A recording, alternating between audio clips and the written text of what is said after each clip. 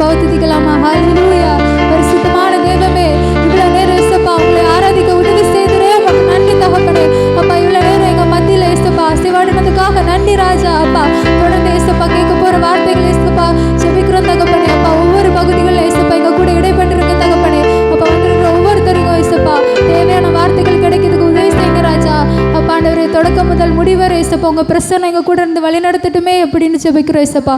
இயேசு மூலம் ஜெபத்தை கேளு நல்ல பிதாவே, ஆமென்.